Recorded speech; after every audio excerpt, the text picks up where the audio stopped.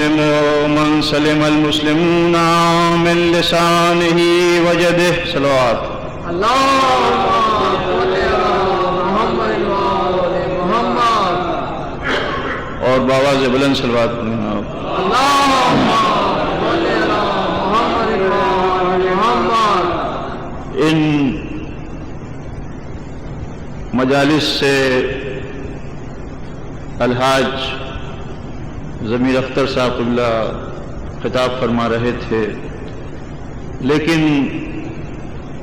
کراچی کے حالات جو اس وقت ہو چکے ہیں اس کے سبب سے تشریف نہ لا سکے، لہذا بانیان مجلس نے مجھ سے درخواست کی،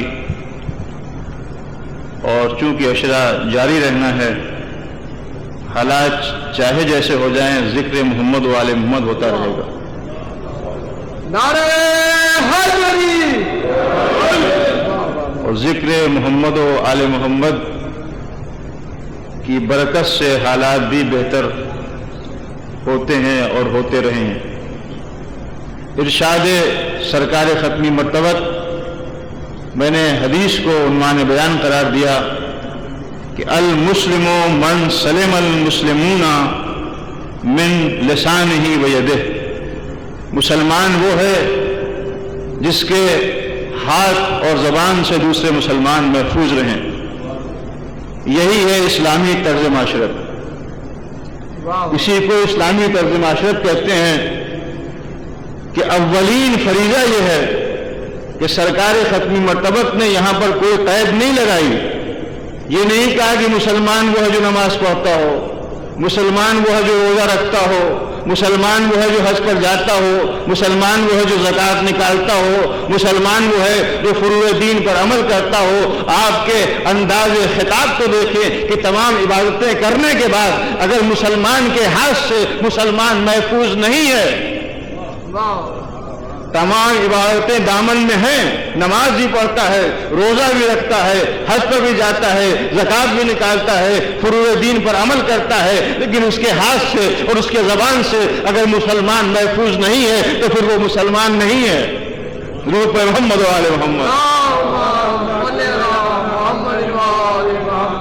خطاب فرما رہے ہیں آپ ان مسلمانوں سے جو صحابہ اکرام، ان سے کہہ رہے ہیں۔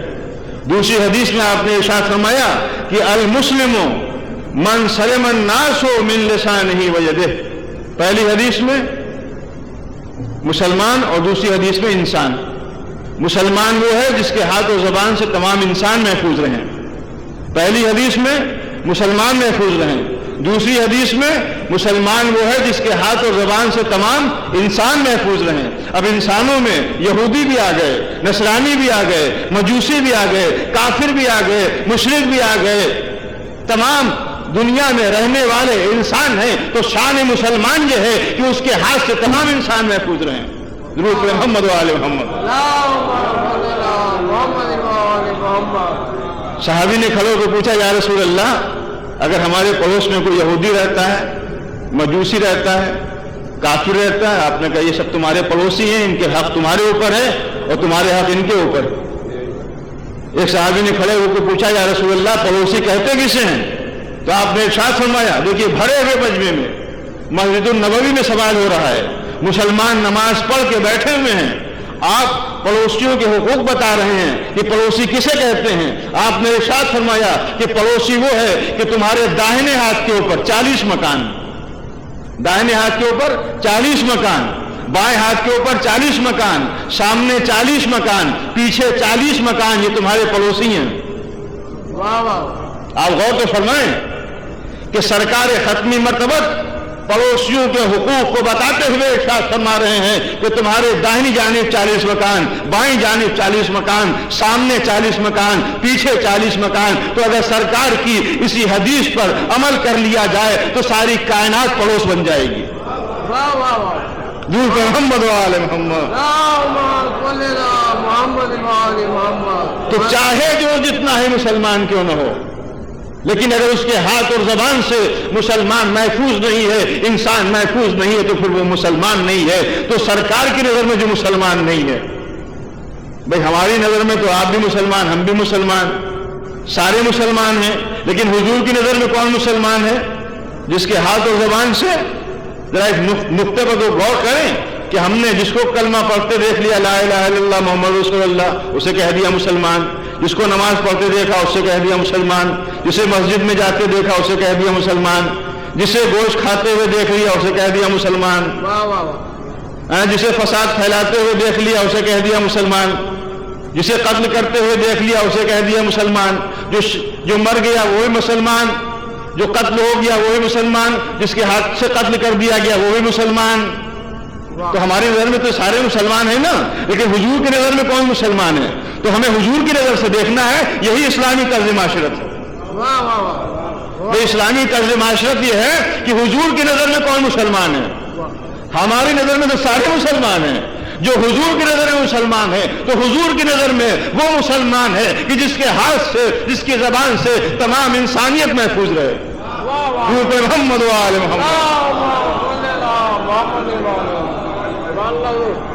اتحاد میں برکت ہے، یونٹی میں برکت ہے، فساد میں برکت نہیں ہے۔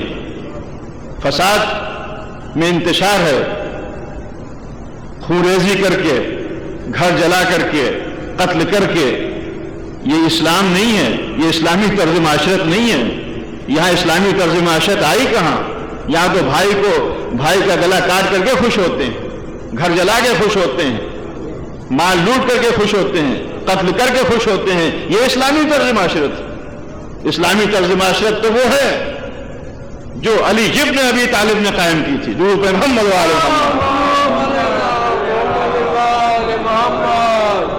عزیزوں، اسلامی طرز معاشرت کسے کہتے ہیں؟ جہاں اسلام کا نام لیا جا رہا ہو، جو مملکت اسلام کہلاتی ہو، اسلامی جمہوریہ کہلاتی ہو، وہاں بھائی کا گلا کاٹ رہا ہو۔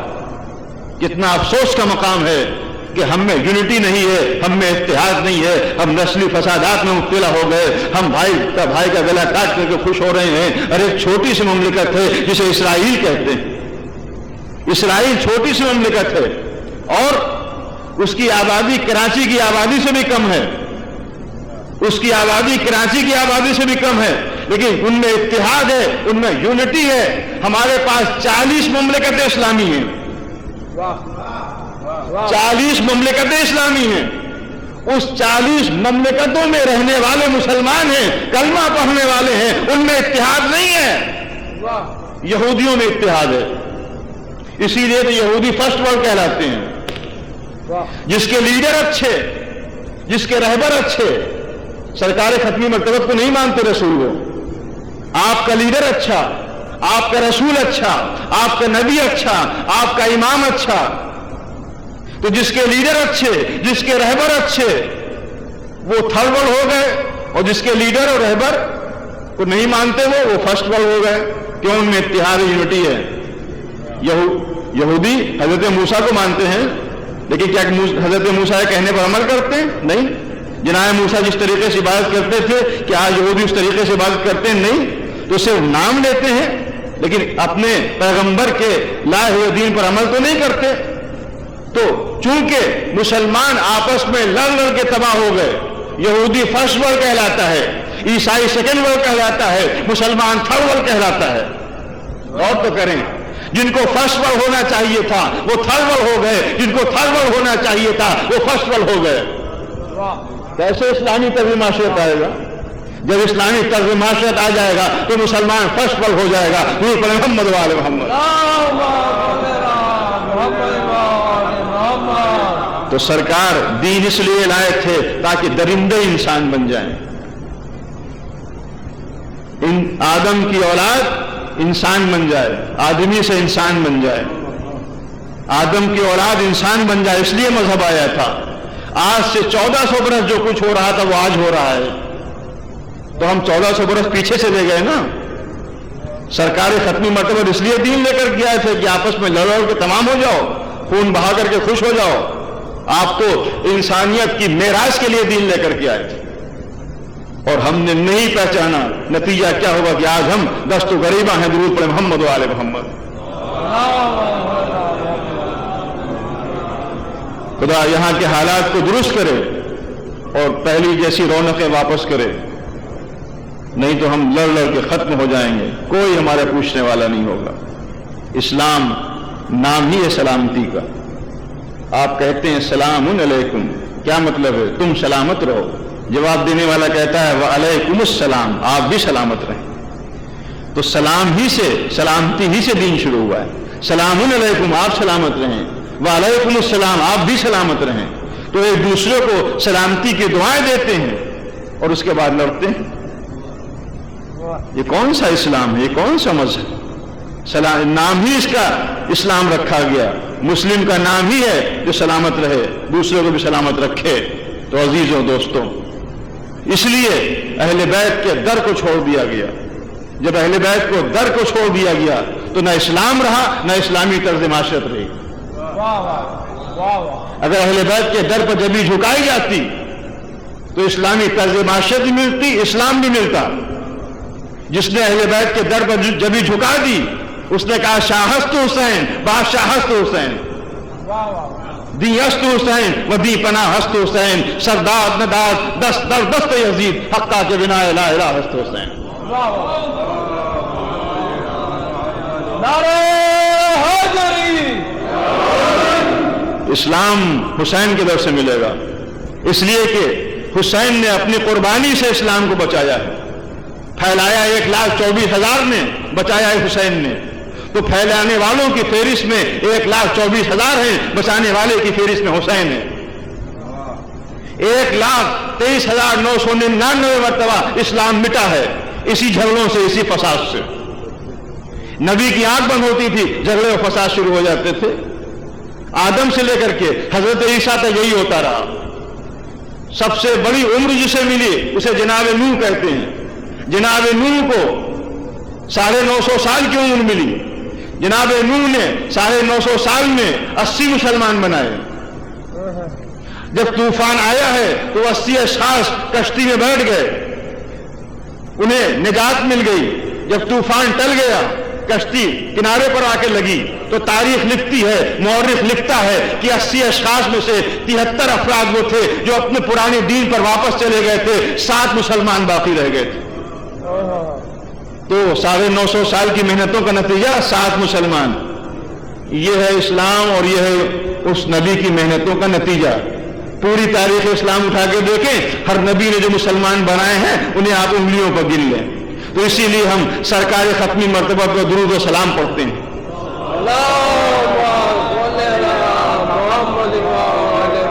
آپ نے 23 سالہ تبلیغی زندگی میں کائنات عالم و آدم میں اسلام پھیلا دیا. 23 سالہ زندگی ایک طرف ہے اور جناب نوح کی 950 سال کی زندگی ایک طرف ہے. آپ دیکھیں تو صحیح. تو کیوں ایسا ہوا؟ یہ 1,23,999 مرتبہ اسلام مٹا ہے، اس کے بعد ایک مرتبہ بچا ہے. اسلام کی تعریف تو دیکھیں کہ اللہ کا دین کتنا مظلوم ہے کہ 1,23,999 مرتبہ مٹ چکا ہے. تو جب مٹ کے بچا ہے تو ہمیں غور کرنا پڑے گا کہ بچا کیوں ہے، مٹا کیوں نہیں. بھئی 1,23,999 مرتبہ مٹا اور سرکار کا لایا ہوا دین جو تھا وہ بچ گیا. تو کیوں ایسا ہوا؟ اس لیے ہوا کہ ہر نبی کی آنکھ بند ہونے کے بعد کوئی بچانے والا نہیں ہوتا تھا. ابراہیم کے بعد کوئی بچانے والا نہیں تھا، موسیٰ کے بعد کوئی بچانے والا نہیں تھا، عیسیٰ کے بعد کوئی بچانے والا نہیں تھا. یہ شرف ہمارے نبی کو حاصل ہوا کہ پھیلایا محمد نے، بچایا حسین نے.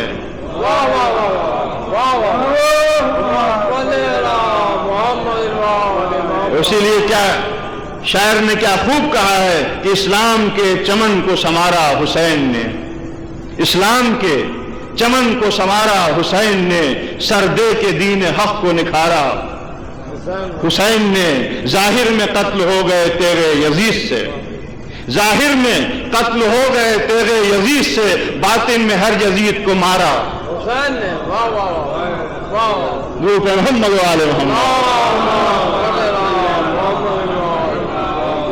یہ ناول لکھنوی کی ربائی ہے جو میں نے بچپنے میں لکھنؤ میں سنی تھی، اور چونکہ اتنی زیادہ پسند آئی تھی کہ آج تک یاد ہے، حالانکہ شعر میرے ذہن میں نہیں رہتا ہے، لیکن ربائی کا ربط تو دیکھیں آپ کہ پوری تاریخ اسلام کو اور پوری تاریخ حسینیت کو اپنے دامن میں لیے ہوئے، اور بے شک اسلام کے چمن کو حسین نے سنوارا، اپنے سر سے اسلام کو بچایا ہے۔ تو حسین کی ذات والا صفات وہ ہے کہ 1,24,000 انبیاء ایک طرف ہیں، حسین ایک طرف ہیں۔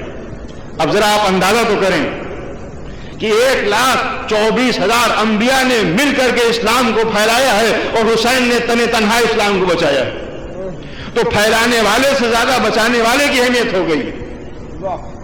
پھیلایا تو 1,24,000 نے، بچایا حسین نے، تو جب ہم پھیلانے والوں کا ذکر کرتے ہیں تو بچانے والے کا بھی تذکرہ کرتے ہیں، اور یہ احسان فراموشی ہوگی کہ پھیلانے والے کا ذکر کیا جائے، بچانے والے کا تذکرہ نہ کیا جائے، جبکہ پھیلانے سے زیادہ بچانے کو اہمیت حاصل ہے۔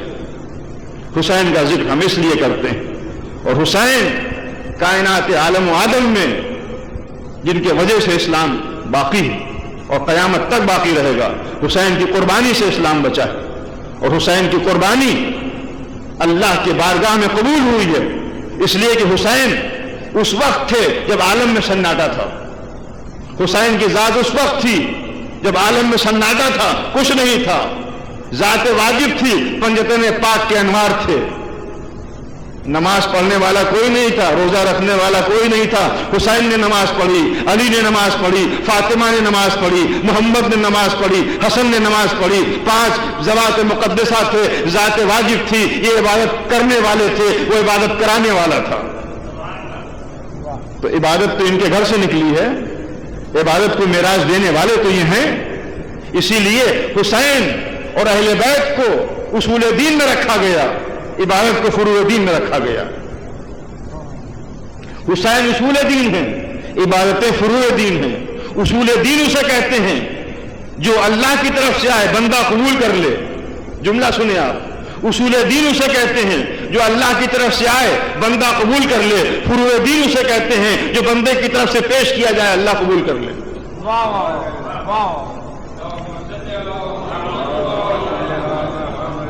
اب یہاں سے آپ کو اسلامی طرز معاشرت کا اندازہ ہوگا کہ اصول اور فروع یہ دونوں بنیاد ہیں دین کی، اساس ہیں دین کی، نہ اصول کو چھوڑ سکتے ہیں نہ فروع کو چھوڑ سکتے ہیں۔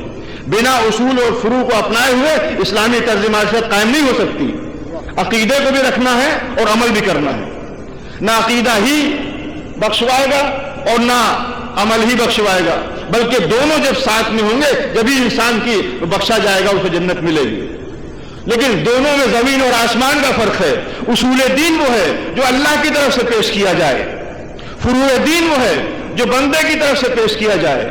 توحید کا عقیدہ ادھر سے آیا، نبوت کا عقیدہ ادھر سے آیا، امامت کا عقیدہ ادھر سے آیا، عدالت کا عقیدہ ادھر سے آیا، قیامت کا عقیدہ ادھر سے آیا، نماز یہاں سے جا رہی، روزہ یہاں سے جا رہا، حج یہاں سے جا رہا، زکوٰۃ یہاں سے جا رہا، تو جو ادھر سے آئے اسے اصول دین کہتے ہیں، جو ادھر سے جائے اسے فروع دین کہتے ہیں۔ عزیزان گرامی مکتبت، عقیدے کو سنبھال کے رکھنا ہے، بنا عقیدے کے عمل کام نہیں آئے گا۔ اور ذکر حسین جسے مستحب کہتے ہیں، لوگ ساری مستحب ہے، یہ مستحب نہیں، یہ واجب ہے۔ مستحب کس نے کہہ دیا؟ نہ قرآن نے کہا، نہ امام نے کہا، نہ رسول نے کہا۔ 3 طریقے سے بات پہنچی ہم تک۔ قرآن نے کہا ہو اسے آیت کہتے ہیں، حدیث نے کہا ہو اسے حدیث رسول کہتے ہیں، امام نے کہا ہو اسے حدیث ائمہ کہتے ہیں۔ تو 3 طریقے سے بات پہنچی ہم تک۔ تو ذکر حسین مستحب ہے، نہ قرآن نے کہا ذکر حسین مستحب ہے، نہ رسول نے کہا ذکر حسین مستحب ہے، نہ کسی امام نے کہا۔ پھر کس نے کہا ہے؟ غور تو فرمایا آپ نے کہ ذکر حسین وہ ہے کہ جس سے کائنات کا ذرہ ذرہ اگر حجاب کے پردے ہٹا دیے جائیں تو آپ دیکھیں گے ذکر حسین کون کون کر رہا ہے۔ اور ذکر حسین کو فروع دین نہیں اصول دین بنا دیا۔ امامت جو ہے وہ اصول دین میں ہے، اور فرمایا آپ نے اگر ذکر حسین کو فروع دین میں تلاش کرنا چاہتے ہو تو ذکر حسین اصول دین میں بھی ہے، فروع دین میں بھی ہے۔ اصول دین میں امامت بن کر کے آئی، فروع دین میں تولا بن کر کے آئی۔ محمد علیہ محمد آج کہہ دیا جاتا ہے صاحب ذکر حسین مستحب ہے، نماز واجب ہے. اس سوال کو بھی آپ کے ذہن میں عالیہ میں اس صاف کرنا چاہتا ہوں. نماز فروع دین میں ہے، حسین اصول دین میں ہے. حسین فروع دین میں بھی ہیں. بچوں کو آپ بتاتے ہیں فروع دین کیا ہے؟ نماز، روزہ، حج، زکات، خون، جہاد، امر بالمعروف، نہی عن المنکر، اہل بیت سے محبت، ان کے دشمنوں سے اظہار بیداری. 10 فروع دین، 5 اصول دین. تو اصول دین میں امامت بن کر کے آئی، فروع دین میں تولا بن کر کے آئی. آپ نے غور فرمایا نا. اب حسین کی ذات والا صفات وہ ہے کہ حسین جس نے اسلام کو بچایا ہے، جس نے شریعت کو بچایا ہے، جس نے اللہ کے نام کو بچایا ہے، جس نے رسول کے نام کو بچایا ہے، سب کچھ بچا کر کے حسین ہو گئے شہید. اور ہم تمہارا ذکر کریں. حسین اور اولاد حسین نے اپنا سب کچھ مٹا کر کے اسلام کو زندہ کر دیا. فَاسْكُرُكُمْ وَاسْكُرُونِي، تم ہمارا ذکر کرو ہم تمہارا ذکر کریں گے. حسین اصول دین میں ہے، نماز فروع دین میں ہے. نہ اصول دین کو چھوڑ سکتے ہیں، نہ فروع دین کو چھوڑ سکتے ہیں. عبادت میں سب سے زیادہ فضیلت نماز کو حاصل ہے. ایک ذہن سے ایک سوال کو صاف کرنا چاہ رہا ہوں. آپ سمجھیں گے اسلامی طرز معیشت کسے کہتے ہیں؟ ہمیں تو بتایا ہی غلط گیا ہے. نماز فروع دین میں، حسین اصول دین میں. نماز کے لیے ہے الصلاۃ عماد الدین، نماز دین کا ستون ہے. ان قبلت قبل ما سوا وان ردت رد ما سوا. اگر نماز قبول ہو گئی تمام اعمال قبول کر لیے جائیں گے، اگر نماز رد کر دی گئی تمام اعمال رد کر دیے جائیں گے. عبادت میں فضیلت کس کو حاصل ہے؟ نماز کو. سب سے بڑی فضیلت نماز کو. تو تمام اعمال اس وقت قبول ہوں گے. غور سے سنیں آپ، تمام باتیں خود بخود ذہن سے صاف ہو جائیں گی. تمام اعمال اس وقت قبول ہوں گے جب نماز قبول ہوگی. تو اگر تمام اعمال کو قبول کرانا ہے تو نماز کو قبول کرانا ہے. یہ ان کی بات ہے جو پڑھتے ہیں. جو پڑھتے ہی نہیں ہیں وہاں تو قبول کا سوال ہی نہیں پیدا ہوتا. قبول تو اس کی ہوگی جو پڑھتا ہوگا، اور جو نہیں پڑھتا ہوگا اسے کہاں قبول ہوگی. تو خداوند عالم سے ہم دعا گو ہیں کہ جو نماز پڑھتے ہیں ان کی نمازوں میں قبول فرما، اور جو نہیں پڑھتے ہیں انہیں پڑھنے کی توفیق عطا فرما. تو تمام اعمال کی قبولیت کا دار و مدار نماز کے اوپر ہے، اور نماز کی قبولیت کا دار و مدار، پھر سے سنیں آپ، تمام اعمال کی قبولیت کا دار و مدار نماز پر ہے. نماز کی قبولیت کا دار و مدار محمد و آل محمد کی محبت پر ہے، ان پر درود بھیجنے پر ہے. تو تمام اعمال جب اس وقت قبول ہوں گے جب نماز قبول ہوگی، اور نماز اس وقت قبول ہوگی جب اہل بیت سے محبت ہوگی، ان پر درود پڑھا جائے گا. تو جن کے وجہ سے نماز قبول ہوگی وہ سپر ہوئے نا. نہیں غور فرمایا آپ نے؟ نماز بھی تو کسی کی وجہ سے قبول ہوگی نا. آپ نماز پڑھتے ہیں، 2 رکعت نماز پڑھ کر کیا بھی کہہ سکتے ہیں کہ صاحب ہماری نماز قبول ہو گئی؟ کوئی بھی شخص، عالم، مجتہد، علامہ، مفتی، عبادت گزار، پرہیز گزار یہ نہیں کہہ سکتا کہ ہم نے جو عبادت کی سے قبول کر اللہ نے کر لیا، بلکہ یہ قبولیت کی محتاج ہے. تو نماز قبول ہوگی اہل بیت سے محبت سے، ان پر درود بھیجنے سے. امام شافعی اور امام مالک کہتے ہیں کہ اگر حالت نماز میں محمد و آل محمد پر درود نہ پڑھا جائے تو نماز قبول نہیں ہوتی. تو حسین کو اصول دین میں رکھا. معاذ اللہ کوئی نماز کی فضیلت یا اس میں کوئی اس سے انکار نہیں ہے، لیکن بات چونکہ آئی ہے لہذا صاف کرنا چاہتے ہیں کہ نماز افضل عبادت ہے. نماز کا نہ پڑھنے والا گناہگار ہے. حدیث سنیں آپ، نماز نہ پڑھنے والا گناہگار ہے. نماز کو سبق سمجھنے والا منافق ہے. نماز کا انکار کرنے والا کافر ہے. الصلاۃ معراج المومن، نماز مومن کی معراج ہے. الصلاۃ نور المومن، نماز مومن کا نور ہے. یہ حدیث رسول. لیکن اس کو فروع دین میں رکھا، اس کو اصول دین میں رکھا. آج ذکر حسین کو مستحب کہا جاتا ہے. اب میں قرآن کی آیت آپ کے سامنے پیش کر رہا ہوں. نماز کے بارے میں، اقیم الصلاۃ، نماز قائم کرو. قرآن میں ہے نماز قائم کرو. جب قرآن نے کہا نماز قائم کرو تو ہم نے سمجھا نماز واجب ہے. تو جس قرآن نے کہا نماز قائم کرو، اسی قرآن نے کہا لا اسألکم علیہ اجرا الا المودۃ فی القربى. نماز پڑھنے سے پہلے اجر صلات تو ادا کر دو. نماز پڑھنے سے پہلے اجر صلات تو ادا کر دو. تو جب اجر رسالت ادا کیا جائے گا جبھی تو نماز قبول ہوگی. بھئی جب رسول کی محنتوں کی مزدوری دی جائے گی جبھی تو عبادت قبول ہوگی.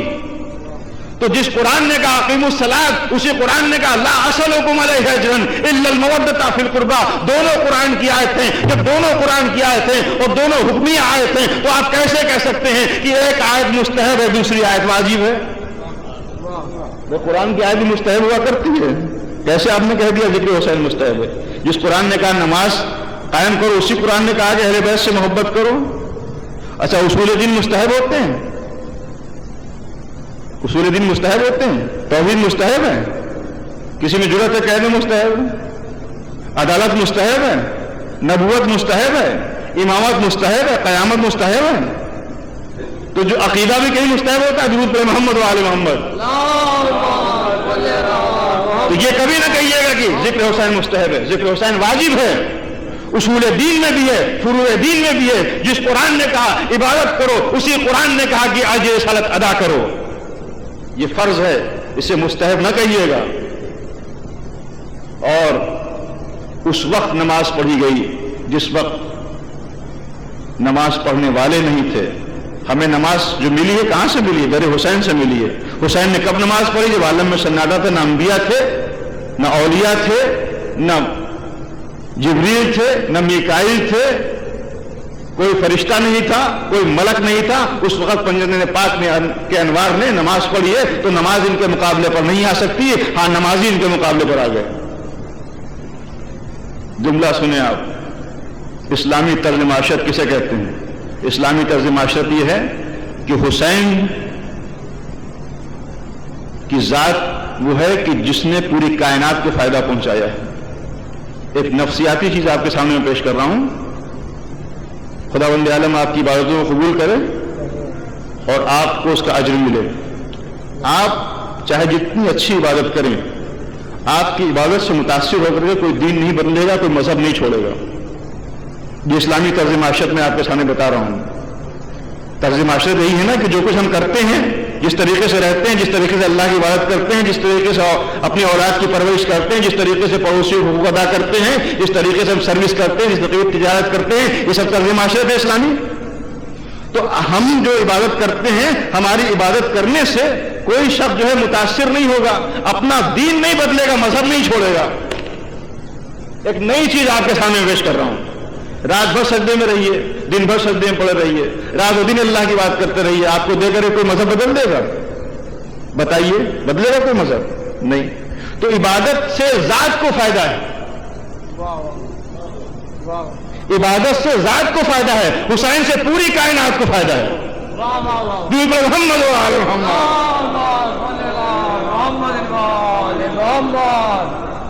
جی عبادت سے ذات کو فائدہ ہے، قبول ہو جائے تو. حسین سے پوری کائنات کو فائدہ ہے. تو نماز کے ذریعے سے حسین کا تعارف نہیں ہوا، حسین کے ذریعے سے نماز کا تعارف ہوا ہے. آپ نے غور فرمایا؟ اس کا بیٹا سید الساجدین ہے، اس کا بیٹا زین العابدین ہے.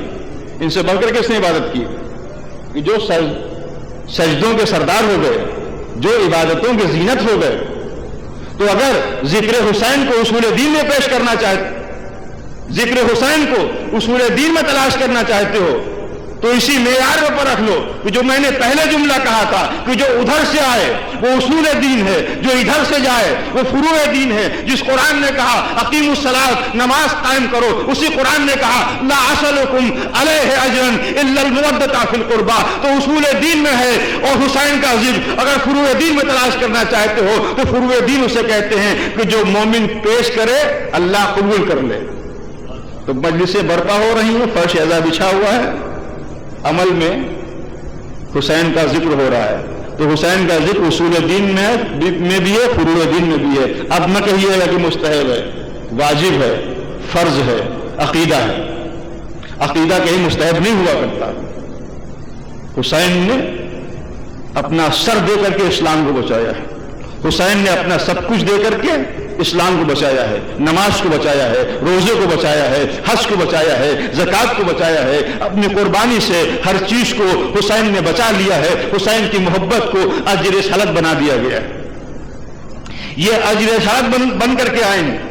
جب تک اجر نہیں ادا کیا جائے گا عبادت قبول نہیں ہوگی. تو جب حسین سے محبت کی جائے گی، اہل بیت سے محبت کی جائے گی، ان کے بتائے ہوئے احکامات پر عمل کیا جائے گا، اس وقت جو ہے ہر عبادت قبول کر لی جائے گی. در کو چھوڑ کر کے عبادت قبول نہیں ہوگی. اور یہی وجہ ہے کہ جب اہل بیت کے در کو چھوڑا گیا تو در در کی ٹھوکریں کھا رہے ہیں، آپس میں دست و گریباں ہو رہے ہیں، ایک دوسرے کا خون بہا کر کے خوش ہو رہے ہیں. کیوں؟ اس لیے کہ اہل بیت کے در سے دوری ہو گئی. اہل بیت کا در وہ در ہے کہ جو یہاں پر جو آ گیا ہے وہ حر بن گیا ہے. حسین کو یونٹی اور اتحاد دیکھیں کہ ایسے انصار و اصحاب ملے ہیں کہ آپ نے کہا نہ میری ماں کو ملے، نہ میرے باپ کو ملے، نہ میرے دادا کو ملے، نہ میرے نانا کو ملے. کربلا کے میدان میں اتحاد دیکھنا ہو تو آ کے دیکھیے کہ 72 ہیں، ایک قلب ہے، ایک جان ہے. جو حسین کہہ رہے ہیں وہ یہ کہہ رہے ہیں، جو یہ کہہ رہے ہیں وہ حسین کہہ رہے ہیں. اسے یونٹی اور اتحاد اسے کہتے ہیں. تو اہل بیت کے چاہنے والے ایسے ہونا چاہیے، ایسے ہونا چاہیے کہ جن کو دیکھ کر کے دنیا یہ کہے کہ جب یہ ایسا ہے تو اس کا امام کیسا ہوگا. اور آپ کے پاس تو ثبوت موجود ہے، مثالیں موجود ہیں. دنیا کہتی ہے کہ سلمان و ابوذر کا ذکر کرتے ہیں. سلمان و ابوذر نے تو رسول کو دیکھا، علی کو دیکھا، مقداد نے، قمبر نے زیارت بھی کی. اگر ان کا ایمان باقی رہا تو کیا تعجب کی بات ہے. دنیا سوال کرتی ہے، آج پڑھا لکھا طبقہ پوچھتا ہے کہ انہوں نے تو معجزات دیکھے، امام کے ساتھ اٹھتے تھے، بیٹھتے تھے، کھاتے تھے، پیتے تھے، ان کے پیچھے نماز پڑھتے تھے. تو 1300 برس کے بعد ایک ایسا بھی اس دنیا میں ہے اور ہر دور میں موجود رہا ہے، ہر زمانے میں موجود رہا ہے کہ جس نے نہ امام کو دیکھا، نہ جس نے معصوم کو دیکھا، نہ جس جو اٹھا ان کے ساتھ، نہ بیٹھا ان کے ساتھ، لیکن جب دل میں محبت اہل بیت آ گئی اور روحانیت پیدا ہو گئی تو شاہوں کے تاجوں کو ٹھوکروں میں اڑا دیا. اس نے تو امام کو نہیں دیکھا، اس نے تو معصوم کو نہیں دیکھا. تو آپ نے دیکھا نا کہ ہر دور میں ایسی شخصیتیں موجود رہی ہیں. اسلام کو بچایا ہے اور اسلام قیامت تک باقی رہے گا. اس لیے کہ حسین کی قربانی جو ہے وہ اللہ کے بارگاہ میں قبول ہو گئی ہے. اور یہی وجہ ہے کہ علی ابن ابی طالب کہا کرتے تھے کہ سلونی سلونی قبل ان تفتدونی، پوچھو پوچھو جو تمہارا دل چاہے مجھ سے پوچھو. اور پوچھنے والے جو تھے وہ کہتے تھے یا علی بتائیے میرے سر میں بال کتنے. یہ دیکھیے کن لوگوں سے علی کہہ رہے ہیں کہ پوچھو، جو سر کے بال پوچھ رہے ہیں. اگر کائنات کی ذرے ذرے کو پوچھتے تو علی بتا دیتے. اس لیے کہ علی کہا کرتے تھے کہ میں جانتا ہوں، بہتر جانتا ہوں زمینوں سے کے راستوں سے آسمانوں کے راستوں. میں بہتر جانتا ہوں کہ شمال میں کیا ہے، جنوب میں کیا ہے، مغرب میں کیا ہے، مشرق میں کیا ہے. لیکن پوچھنے والا یہ پوچھتا ہے کہ بتائیے میرے سر میں بال کتنے ہیں. علی نے کہا تمہارے سر میں اتنے بال ہیں جتنے آسمان میں تارے ہیں. نہ آسمان کے تاروں کو گن سکتا ہے وہ اور نہ سر کے بال کو گن سکتا ہے. تو دیکھا نا پوچھنے والے یہ پوچھتے تھے. عزیزوں، اور یہی وجہ ہے کہ جب علی ابن ابی طالب وضو کر رہے تھے اور ایک چلو پانی سلمان کی طرف پھینکا ہے تو سلمان نے کہا علی آپ مجھ سے مذاق کرتے ہیں، میں چھوٹا ہوں، آپ چھوٹے ہیں میں بڑا ہوں، میری عمر 350 سال کی ہے، آپ کی عمر 60-65 سال کی، آپ مجھ سے مذاق کر رہے ہیں. تو علی نے کہا تم اپنے کو بزرگ کہتے ہو؟ کہا ہاں بے شک میں بزرگ ہوں، میری 350 سال کی عمر ہے. تو علی نے کہا ان دونوں انگلیوں کے درمیان دیکھو. تو سلمان نے ان دونوں انگلیوں کے درمیان میں کیا دیکھا کہ وہی چشمہ ہے جس پہ سلمان نہا رہے ہیں. شیر نے حملہ کیا ہے، سلمان نے کسی کو مدد کے لیے پکارا ہے، کوئی نقاب پوش گھوڑا دوڑاتے ہوئے آیا ہے، شیر کو قتل کرتا ہے، سلمان کی جان کو بچاتا ہے. سلمان نے کہا اے آنے والے شخص نقاب تو اتار دے. کہا تجھے نقاب سے کیا کام ہے؟ کہا چہرہ دیکھوں گا، زیارت کروں گا. کہا کہ چہرہ دیکھ نہیں سکتے. کہا اچھا نام بتا دے. کہا نام سے کیا کام ہے؟ کہا اچھا تو نے مجھ پر احسان کیا ہے، ٹھہر جا. وہ شخص ٹھہر گیا. سلمان نے اسی باغ سے کچھ پھول توڑے، ایک گلدستہ بنایا، گلدستہ بنا کر کے اس نقاب پوش کے حوالے کیا. یہ منظر ان دونوں انگلیوں کے درمیان میں سلمان دیکھ رہے ہیں کہ ایک مرتبہ علی ابن ابی طالب نے وہ گلدستہ نکال کے سلمان کی طرف پھینکا.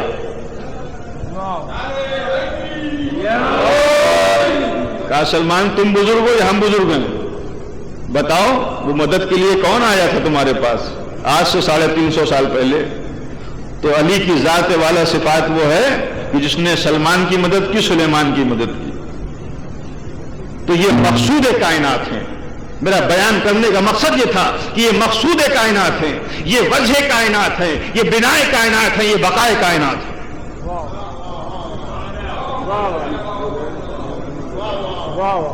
ان کے وجہ سے کائنات کو خلق کیا گیا ہے، اسی لیے ان کی محبت کو واجب قرار دیا گیا ہے. اب ان کی محبت واجب ہے، مستحب نہیں ہو سکتی.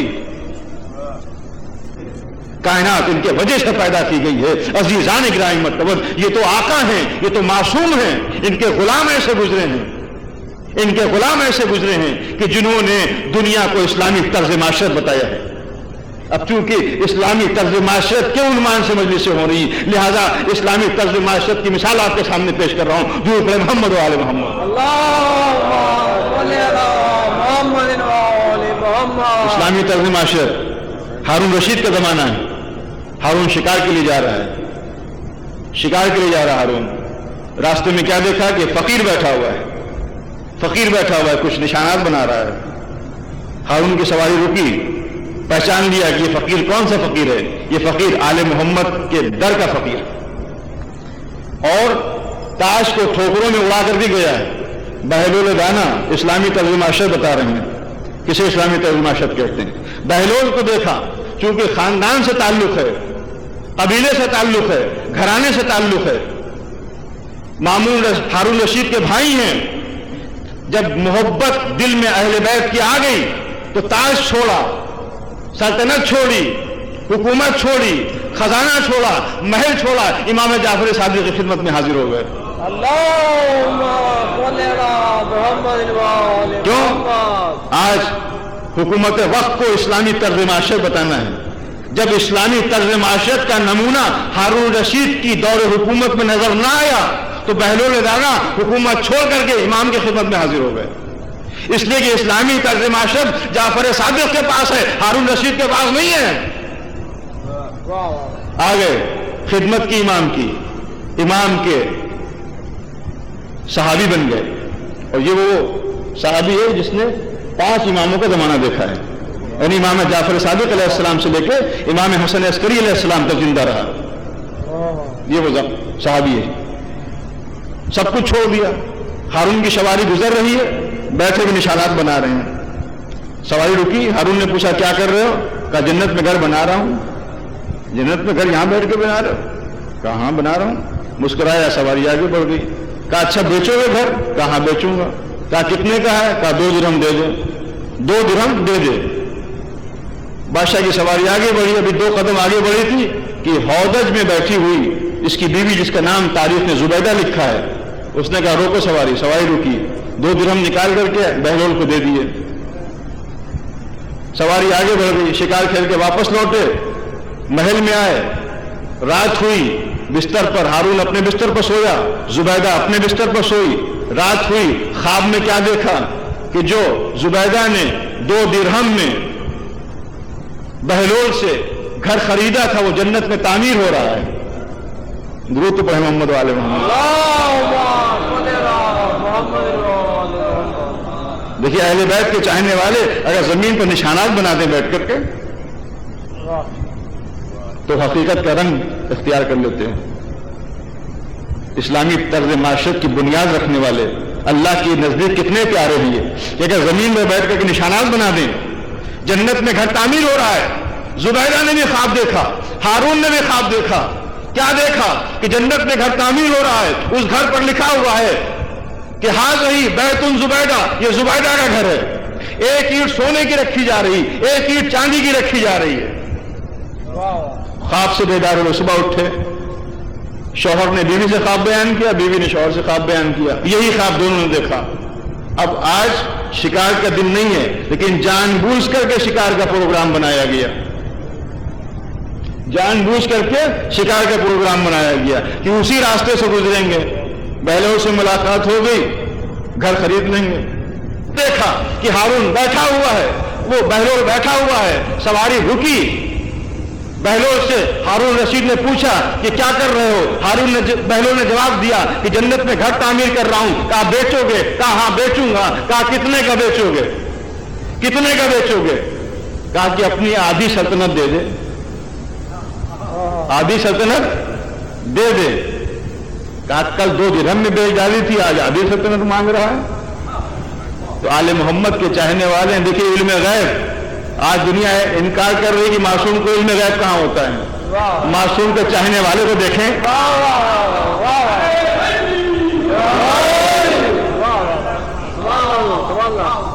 کہا کہ اپنی آدھی سلطنت دے دے. ہارون نے کہا کل تو نے 2 درہم میں بیچ دی تھی، آج آدھی سلطنت مانگ رہا ہے. تو آل محمد کے چاہنے والے نے ایک جواب دیا ہے، کہا اس نے کل بے دیکھے لی تھی، آج تو دیکھ کے مانگ رہا ہے. نعرہ حیدری. تو اسلامی طرز معاشرت آل محمد کے غلاموں سے ملے گی. کل اس نے بے دیکھے مانگی تھی، آج تو دیکھ کے مانگ رہا ہے. کہاں قسمت میں تھی جنت، کہاں آدھی سلطنت دیتے سواری آگے بڑھ گئی. عزیزوں، اب چونکہ بہلول کا نام آ گیا لہذا ذہن میں اب اپنی گفتگو کو تمام کرتے ہوئے 1 دقیقہ یا 2 دقیقہ آپ کے سامنے پیش کر رہا ہوں. یہی بہلول گانا ہے، چونکہ آپ کو اسلامی طرز معاشرت سننا ہے. دیکھیے بیٹھے ہوئے ہیں بادشاہ، بہلول گانا، بیٹھے ہوئے ہیں، بھوک لگی ہوئی ہے، کیا کریں، کہاں جائیں، کس سے مانگیں کھائیں. چلے گئے محل کے اندر داخل ہو گئے. اسلامی طرز معاشرت کا بہترین نمونہ آپ کے سامنے پیش کر رہا ہوں. چلے گئے، بادشاہ سلامت جو ہے وہ شکار کھیلنے گئے ہوئے ہیں. بہلول نے گھر خالی دیکھا، محل میں داخل ہو گئے. چونکہ خاندان سے تعلق تھا، قبیلے سے تعلق تھا، لہذا حاجب و دربان منع بھی نہیں کرتے تھے. بادشاہ کی طرف سے اتنی اجازت تھی کہ جب چلے آئیں چلے آنے دینا، جب واپس چلے جائیں واپس چلے جائیں، منع نہ کرنا. چلے گئے. بادشاہ کے لیے جو کھانا تیار ہو رہا تھا گرم گرم، ظاہر بادشاہ کے لیے کیسا کھانا تیار ہو رہا ہوگا. باورچی خانے میں پہنچے، کھانا تیار کیا، وہ رکھا ہے، سارا کھانا نکالا، کھا گیا. اب منع تو کر نہیں سکتے. جب بادشاہ سلامت یعنی ہارون رشید شکار کھیل کر کے واپس لوٹا تو بتایا باورچی نے کہ صاحب جو کھانا آپ کے لیے تیار کیا گیا تھا وہ بہلول کھا گئے سارا کھانا. کہا کہاں ہے؟ کہا آپ کے بستر پر آرام کر رہے ہیں. بادشاہ کا کھانا کھا کے بادشاہی کے بستر پر آرام کر رہے ہیں. دیکھیے تو جرت. کہا اچھا، اب چونکہ یہ بات ناگوار گزری ہارون رشید کو، کیونکہ یہ ہے بادشاہ، سلطنت کا مالک ہے، اس کا کھانا کھا کر کے اسی کے بستر پر آرام کر رہے ہیں. کہا اچھا جلاد کو بلاؤ. جلاد آیا، کہا اس کے کوڑے لگاؤ. اب کوڑا پڑا تو کوئی شخص اگر سو رہا ہو اسے جھنجھوڑ دیا جائے تو کیا کیفیت ہوتی، جب کوڑا پڑے گا تو کیا کیفیت ہوگی. کھڑبڑا کے اٹھ بیٹھے، کوڑا مارا، دوسرا کوڑا پڑا، رونے لگے. بادشاہ نے کہا آہستہ آہستہ مارو کوڑے. اور آہستہ سے کوڑا پڑا اور چیخ کے رونے لگے. اور آہستہ سے کوڑا پڑا اور چیخ کے رونے لگے. تو بادشاہ نے کہا کیا ماجرا کیا ہے؟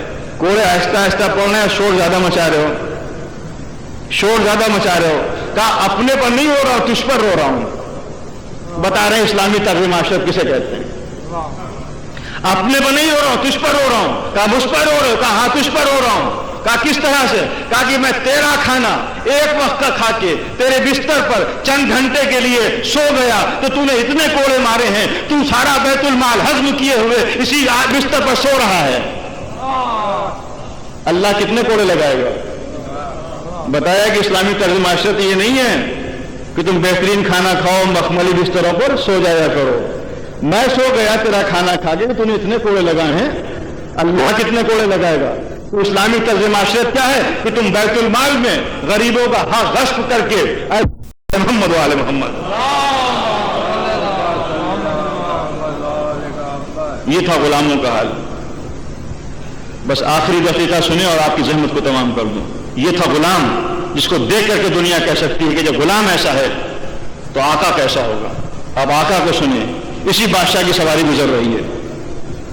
طرز معاشرت، اسلامی طرز معاشرت کہ بہلول نے بتا دیا کہ اگر تم بادشاہ ہو تو سارا زندگی بسر کرو، اس بستر پر نہیں سو، اس طرح کا کھانا نہیں کھاؤ، یہ سارا بیت المال تم ہضم کیے ہوئے ساری زندگی اس بستر پر سوتے رہے ہو. اللہ کتنے کوڑے لگائے گا تمہیں. بتایا کہ دیکھو جس کا حق ہے اس کا حق دے دو، سب کے حقوق کو غصب کیے ہوئے سو رہے ہو. یہی بادشاہ سواری گزر رہی کہ ایک مرتبہ ہٹو بچوں کی صدا بلند ہوئی. تمام بچے بھاگ گئے، امام اپنے مقام پر کھڑے رہے. امام محمد تقی علیہ السلام. اللہ محمد. وہ غلام تھا، یہ آقا ہے. مقام پہ کھڑا ہوا ہے، بھاگا نہیں. سواری رکی. ایک مرتبہ شہنشاہ کے جبی پر شکن پیدا ہو گئی، تاکہ تمام بچے بھاگ گئے، آپ کیوں نہیں بھاگے؟ تو امام نے فصیح و بلیغ جواب دیا ہے، کہا میں نے کوئی خطا نہیں کی تھی، اور تیری عدالت سے یہ امید نہیں ہے کہ تو بنا خطا کے سزا دے دے گا. جب ایسا جملہ سنا تو پوچھا فرزند آپ کا نام کیا ہے؟ کہا میرا نام محمد ہے. کہا آپ کے باپ کا کیا نام ہے؟ کہا علی. علی رضا کے بیٹے ہیں؟ کہا ہاں. دیکھیے، چونکہ باپ کو زہر دے چکا ہے، اور یہ حدیث بھی پیش نظر ہے ہارون کے کہ میرے بعد میرے 12 نائب پیدا ہوں گے. 8 نائب کو تو دیکھ چکا ہے، اب 9 کا امتحان لے رہا ہے کہ آیا اگر امام کا بیٹا ہے تو امام ہے بھی کہ نہیں ہے. اس لیے کہ تمام بیٹے امام کے امام نہیں ہوتے ہیں. جس کے پاس علم غیب ہوتا ہے وہ امام ہوتا ہے. تو دشمن کا یہ عقیدہ ہے کہ جس کے پاس علم غیب ہوتا ہے وہ امام ہوتا ہے.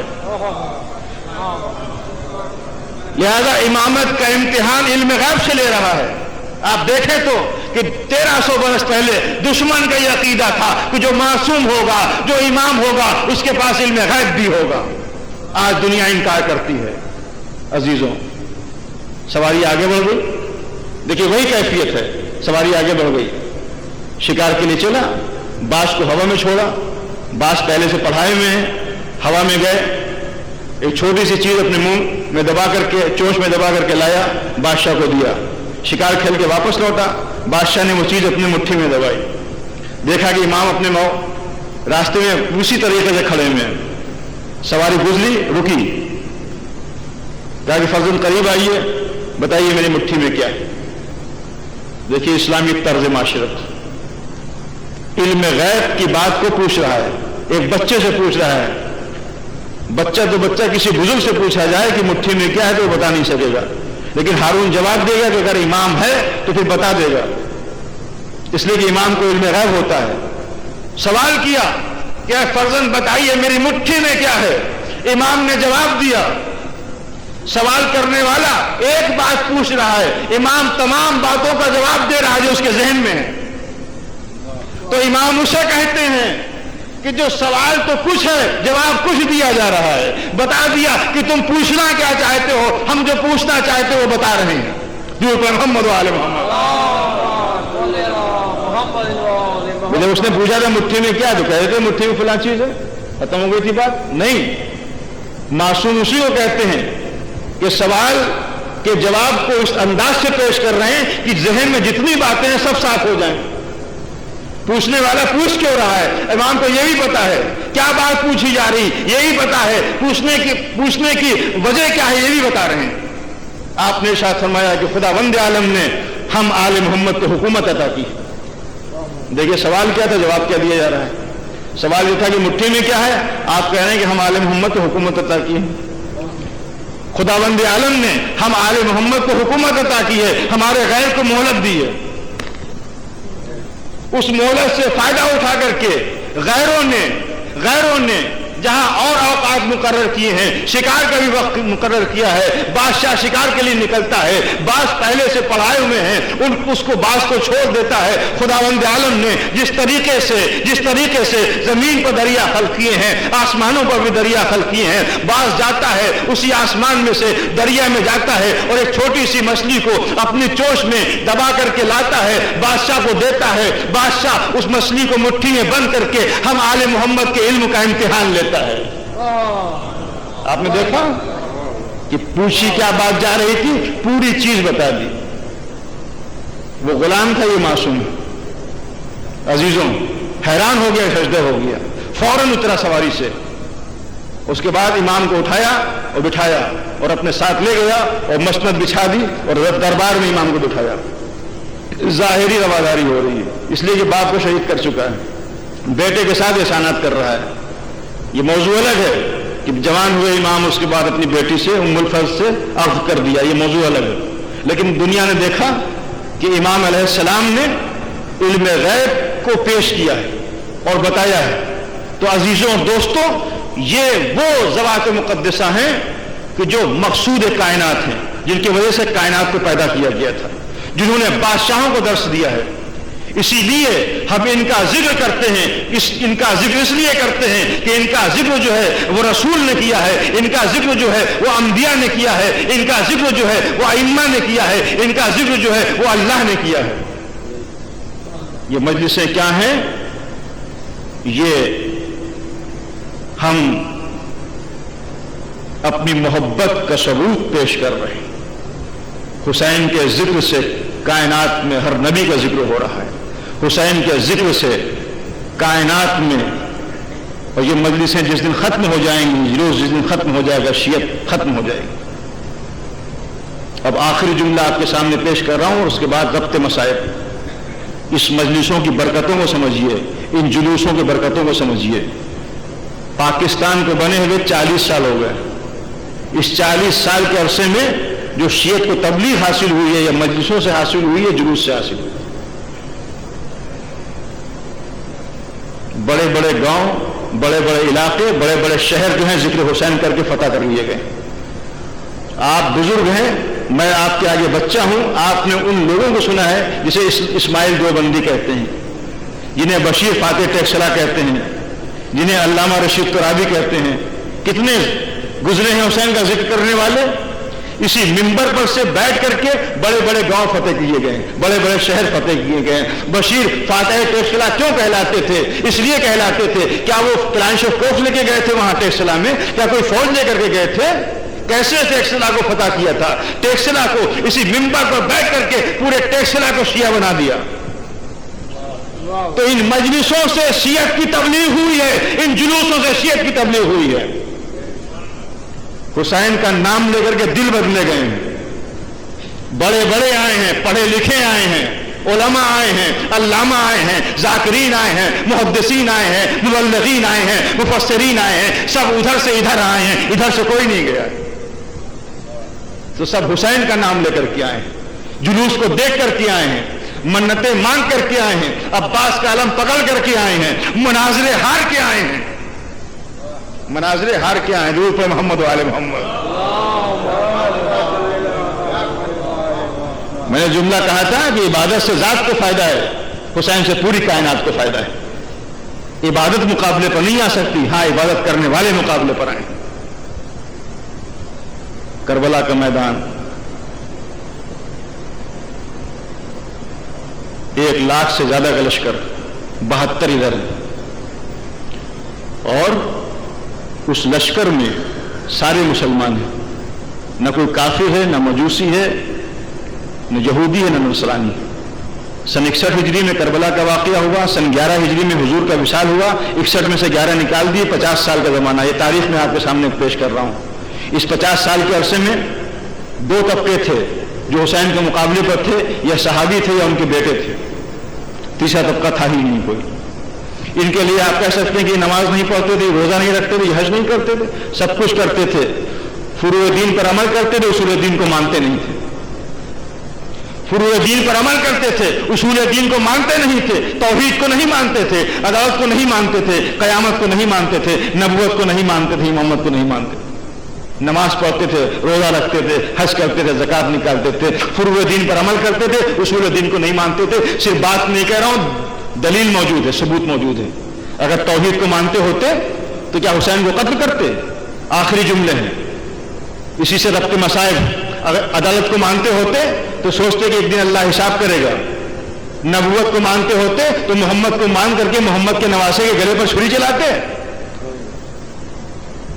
اور اگر امامت کو مانتے ہوتے تو امام خود سامنے موجود تھے تو فروع دین پر عمل کرتے. کربلا کی جنگ اصول دین کے لیے ہوئی تھی. سب نماز پڑھتے، سب روزہ رکھتے تھے. عزیزوں، کس طرف ذہن کو لے جایا جا رہا ہے.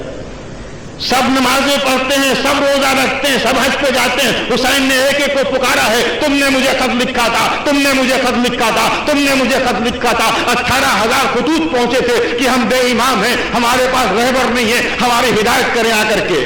لکھنے والے صحابی تھے یا ان کے بیٹے تھے. 50 سال کے عرصے میں نہ صحابی مر گئے تھے نہ ان کے بیٹے مر گئے تھے. یہ تاریخی حقیقت پیش کر رہا ہوں. اب نہ کہیے گا کربلا کے میدان کی جنگ کس لیے ہوئی تھی. فروع دین پر سب عمل کرتے تھے، اصول دین کو نہیں مانتے تھے. اسی لیے جب حسین نے خطبہ دیا ہے تو کہا ہے کہ مجھے پہچانو، میں فاطمہ کا بیٹا ہوں، میں علی کا لال ہوں، میں صاحب منا و کوثر کا بیٹا ہوں. اصول دین کو بچایا حسین نے. اور حسین شہید ہو گئے.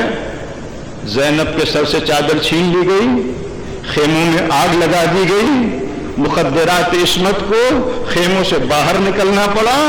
اس کے بعد رسن بستہ، آگے آگے سید سجاد، ہاتھوں میں ہتکڑیاں، پاؤں میں بیڑیاں، پیچھے پیچھے مخدرات عصمت. یہ قافلہ شام اور کوفہ کے بازاروں سے گزر رہا ہے. پہلی محرم سے آپ مسائل سنتے چلے آ رہے ہیں. چند منٹ کی آپ کو میں ذہنیت دوں گا. مخدرات عصمت کربلا کا لٹا ہوا قافلہ لے کر کے آگے بڑھ رہی ہے. حسین کا جہاد ختم ہو گیا. اب زینب قافلے کی سالار بن کر کے شام اور کوفہ کے بازاروں سے گزر رہی ہے. علامہ غلام عسکری صاحب قبلہ علی اللہ مقامہ پڑھا کرتے تھے کہ لٹا ہوا قافلہ جب کربلا سے چلا ہے،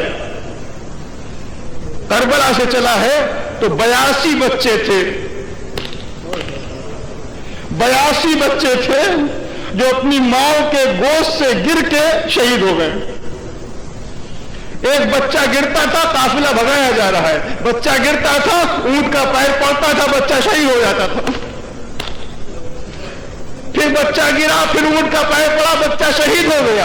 82 مقامات کے اوپر 82 بچے شہید ہوئے ہیں، لیکن کسی بیوی نے یہ نہیں کہا کہ حسین کا ساتھ چھوڑ دیں گے. اپنے بچوں کو قربان کر دیا، لیکن کوئی قافلہ نہ رکا. 82 بچے گر کے شہید ہو گئے. علامہ غلام عسکری صاحب قبلہ پڑھتے ہیں کہ 82 بچے شہید ہو گئے، قافلہ نہ رکا. لیکن جب سکینہ گری ہے تو قافلہ رک گیا. 82 مقامات پر قافلہ نہ رکا، سکینہ گری، قافلہ رک گیا.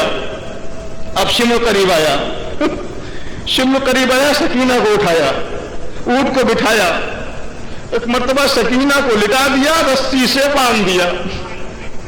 پڑھ لینا بہت آسان ہے، سن لینا بہت آسان ہے، لیکن ذرا تصور سے سوچئے کہ وہ بچی جو باپ کے سینے پر سویا کرتی تھی آج اونٹ کی پیٹھ پہ لٹا کر کے باندھ دی گئی. قافلہ دوڑایا گیا، قافلہ بھگایا گیا. بچی کا سینہ چھلنی ہو رہا ہے، خون بہہ بہہ کر کے گر رہا. علامہ غلام عسکری صاحب قبلہ پڑھتے ہیں کہ ایک مرتبہ جب بچی بے ہوش ہو گئی تو اب جو گری بچی تو ماں پکارتی رہی، میری بچی گر گئی، میری بچی گر گئی، قافلہ روکو. کسی نے نہ سنا. ایک مرتبہ صاحب مقاتل لکھتے ہیں کہ وہ نیزہ جس پر حسین کا سر تھا چھوٹ کے گرا. دنیا معجزات سے انکار کرتی ہے، آؤ دیکھو معجزہ اسے کہتے ہیں. نیزہ چھوٹ کے گرا زمین پر، نیزہ تھا زمین پر گرا. شمر قریب آیا، قافلہ رک گیا. نیزے کو زمین سے جدا کرنا چاہا، جدا نہ ہوا. 10 سوار نکل کر کے آئے، معجزہ اسے کہتے ہیں. 10 سوار عرب کے جوان نکل کر کے آئے، پوری طاقت سے نیزے کو زمین سے جدا کر رہے ہیں. نیزہ زمین سے جدا نہیں ہوتا. یہ ہے معجزہ. اب کیا کیا شمر نے؟ جب نیزہ زمین سے جدا نہ ہوا تو شمر ایک مرتبہ تازیانہ لے کر کے آپ کے چوتھے امام کے قریب آیا اور ایک مرتبہ وہ بے ادبی کی کہ آپ کا امام زمین پر آ گیا. کہ ایسے میں تازیانے کیوں مارتا ہے؟ شروع نے کہا تمہارے باپ کا سر آگے نہیں بڑھتا جب تک کہ تمہارا باپ آگے نہ بڑھے گا. بس ایک مرتبہ سید سجاد اٹھے، بابا کے سر کے قریب آئے، کہا بابا آپ کا سر آگے کیوں نہیں بڑھتا؟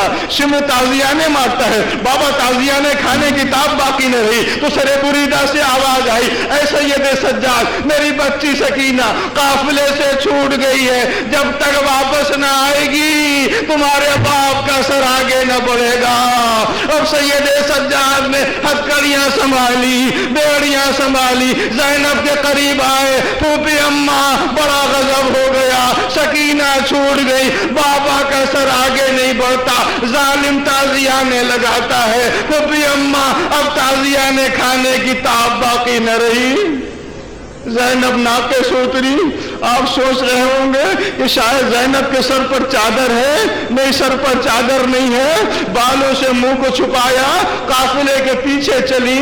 چلتے چلتے آواز دیتی جا رہی، سکینہ سکینہ سکینہ. کوئی آواز نہ آئی. زینب آگے بڑھی، نشیب کے قریب پہنچی. کیا دیکھا کہ بی بی سیاہ پوش زمین پر بیٹھی ہے. زینب قریب گئی، کہا اے بی بی، تم نے کسی بچی کو یا حسین کہہ کے روتے ہوئے تو نہیں دیکھا؟ ان بی بی نے کوئی جواب نہ دیا. زینب اور قریب گئی، بی بی سے پوچھا، بی بی نے کوئی جواب نہ دیا. زینب اور قریب گئی. اب پوچھا نہیں بلکہ شانہ ہلایا، کہا اے بی بی، میں تم سے سوال کر رہی ہوں، تم جواب نہیں دیتی. اب جو زینب نے جھک کے دیکھا تو کیا دیکھا کہ سکینہ ان کے گود میں سو رہی ہے. بلکہ سکینہ کو لیا، کہا اے بی بی، تم نے بڑا احسان کیا، اس بچی کو بڑے دیر سے تلاش کر رہی تھی. اے بی بی، اپنا نام بتا دو. میری ماں فاطمہ زہرا ہے، تمہاری شفاعت کراؤں گی. بس ایک مرتبہ ان بیوی نے جب یہ سنا تو چہرے سے نقاب الٹ دی. کہا زینب، تمہاری ماں فاطمہ زہرا. زینب نے کہا اماں آپ اب آئی. جب سروں سے چادریں چھینی گئی، دیار بدیار پھرایا گیا. فاطمہ نے کہا زینب، میں اس وقت بھی موجود تھی جب حسین کے گلے پر خنجر چل رہا تھا. سروں کو نو کے نیزہ پر بلند کیا گیا. اے زینب، قافلے کے پیچھے پیچھے چلی آ رہی ہوں. بس آخری 3 یا 4 جملے سنے، بہت رو لیا. اور یہی محصل مجلس ہے کہ حسین پر گریا ہو. مجلسیں تمام ہو رہی ہیں، عزا خانے ویران ہو رہے ہیں. جو پھر زندہ رہے گا آئندہ سال حسین کا ذکر کرے گا، حسین کی مجلسیں برپا کرے گا.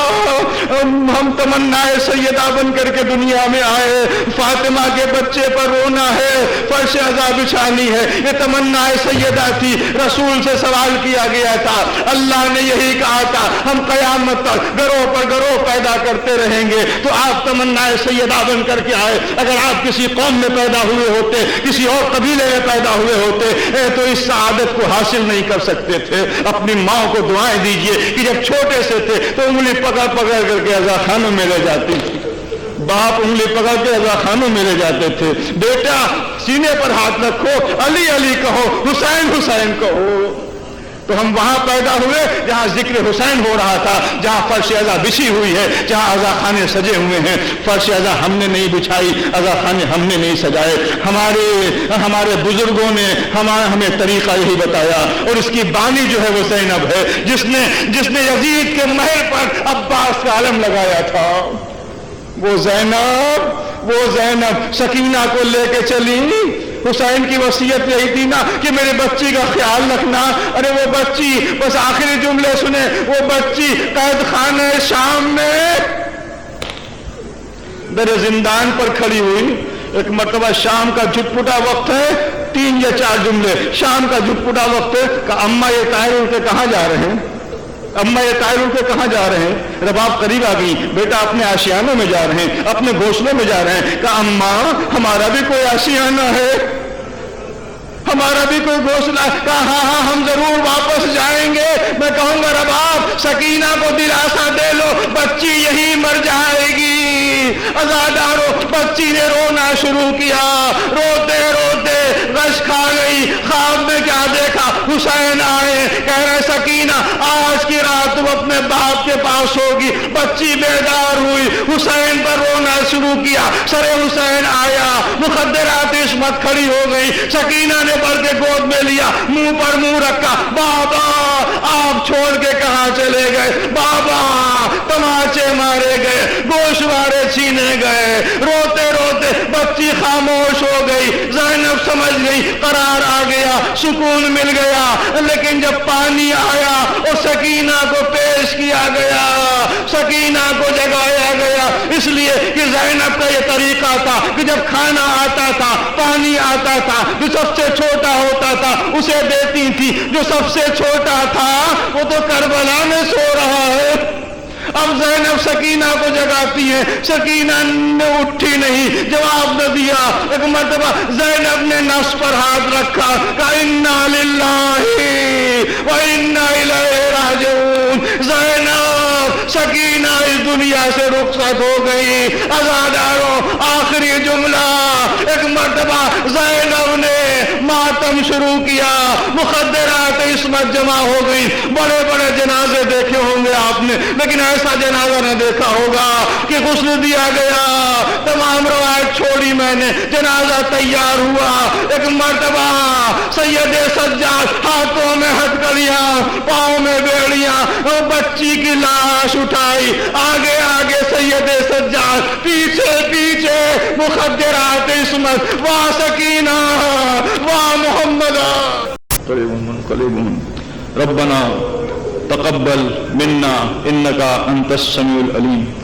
پالنے والے ہمارے گناہان کبیرہ و صغیرہ کو معاف، پالنے والے جو پریشان حال ان کی پریشانیوں کو دور فرما، جو بیمار ہیں بیمار کربلا کے تصدق میں شفاء کامل عطا، جو حج و زیارات کی متمنین حج و زیارات سے مشرف فرما، پالنے والے تمام طالبان حاجت کی دلی حاجتوں کو روا فرما، تمام اہل مجلس کے دلی مقاصد کو پورا فرما، تو قاضی الحاجات سے تمام شرعی حاجتوں کو پورا فرما، پالنے والے ہم میں اتحاد و اتفاق کی توفیق عطا فرما، مسلمانوں میں اتحاد و اتفاق کی برکت عطا فرما، پاکستان کو استحکام عطا ہو، پالنے والے ان فسادات کو ختم کر جس سے مسلمانوں کا اتحاد پارا پارا ہو رہا ہے، پالنے والے ہم اپنی رحمتوں کو نازل فرما، جو علماء اکرام صحبتیں برداشت کریں اور رہائی کامل عطا ہو، جہاں پر جلوس رکا ہوا ہے وہاں سے جلوس برآمد فرما، پالنے والے حسین کی مجلس قائم اور دائم رہے، محبت اہل بیت دنیا میں قائم و دائم رہے، کوئی غم نہ دینے سوائے غم اہل بیت کے، پالنے والے